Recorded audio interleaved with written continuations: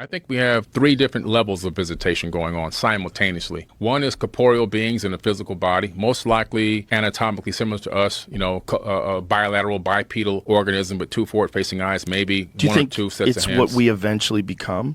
What they are? It's possible that maybe we already are them. Earth could be an abandoned seed colony.